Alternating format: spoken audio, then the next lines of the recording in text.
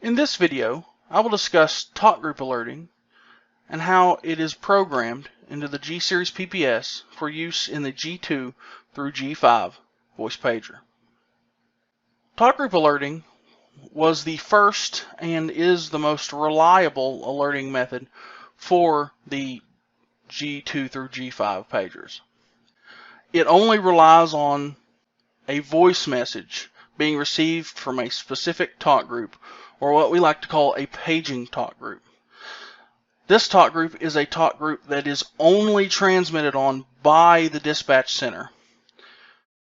By doing that, it allows the dispatch center to simply press the PTT and speak. The unit will receive that voice, it will buffer the voice to be played after the short alert, and then we'll play that voice and deliver the message. And then all other traffic can be handled on a separate talk group. So, to set this up, it's fairly simple. First thing we need is a P25 trunk system.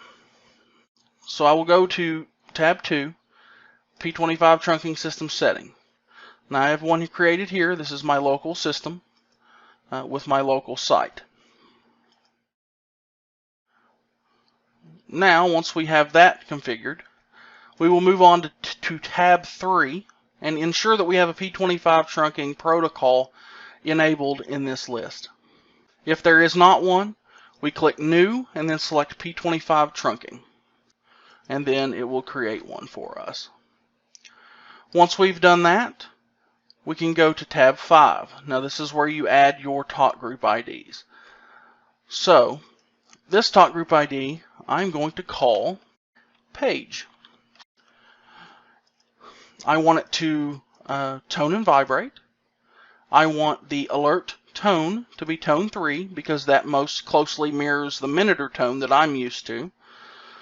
I want the background color to be red, and I would like it to alert on this talk group here.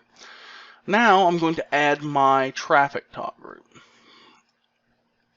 So we add a second group, and we're going to call it Dispatch.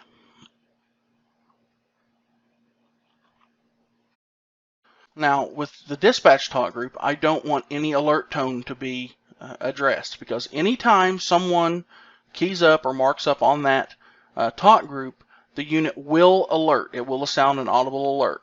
So what I'm going to do for this, I'm going to leave alert mode alone, but I'm going to turn the alert tone to none so that the device will not play an alert tone. I'm going to leave voice storage on for both of them. Actually, you know what? Let's remove voice storage for the dispatch, since I only want it to store the initial page. So we'll remove that. Okay. Now we'll come over here to P25 Trunking TGID. We'll click here, and we will add our new talk group. So I'm going to add a talk group in hexadecimal. So I want to add D60 Bravo. So this could be set up as my dispatch talk group. So now we have a page talk group and a dispatch talk group. We can move on to our zone and channel settings and set this up so that we can use it to be paged. So knob position 1, I'm going to set up to be to mirror a selective call. First thing we need to do is select Trunking Talk Group Scan. If you use Trunking Talk Group Monitor, it will monitor the entire site. Therefore, it will play all talk groups that are available on that site. So that's not something you want to do. Whether you are wanting to listen to one talk group or multiple, you always want to select Trunking Talk Group Scan. We will select our trunking system, which I have here. Our binding feature will be set to none. That's only used for quick call 2 or for the call alert feature.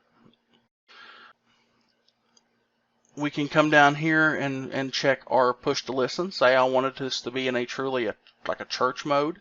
I could set that push to listen to yes. and it would be silent until I hold the button down on the side. So voice buffering needs to be enabled. What voice buffering does is that's the feature that records the voice essentially real time and then buffers it to be played after the alert tone. I want my alert mode to be set to tone and vibrate, and I want it to always play my always alert me when a unread message is available. The difference between always and speaker off is always it will always notify you of an unread or an unlistened to message when it comes through the speaker.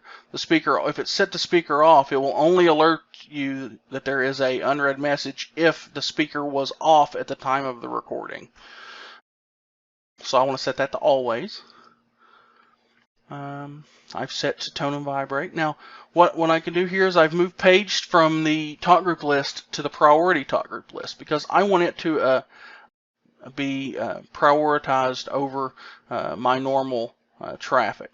So what I'm going to do for my normal dispatch talk group on this particular knob position, seeing as it is going to be a selective call knob position, I'm just going to put the page in there. So it's only going to look for this talk group. And then we'll hit save.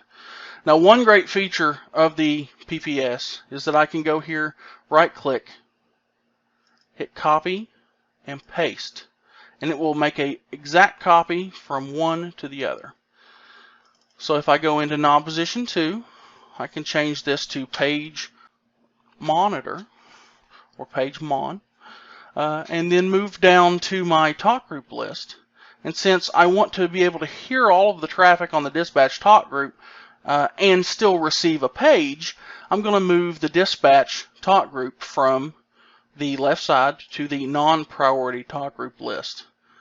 And this should prioritize the paging talk group over the dispatch. Multi-select call sampling is enabled.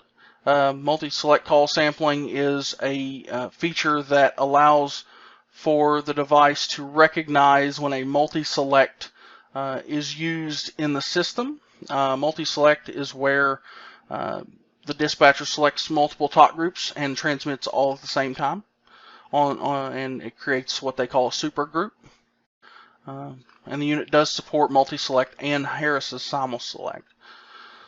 So we can hit save on that, and now we have knob position 1, which will be silent until a transmission comes over on that page talk group, and knob position 2, which is our monitor, which will hear everything on the dispatch talk group. It will not alert, but it will hear everything on that dispatch talk group, and then when a page comes over that paging talk group, it will alert. I hope you have found this video informational and instructional.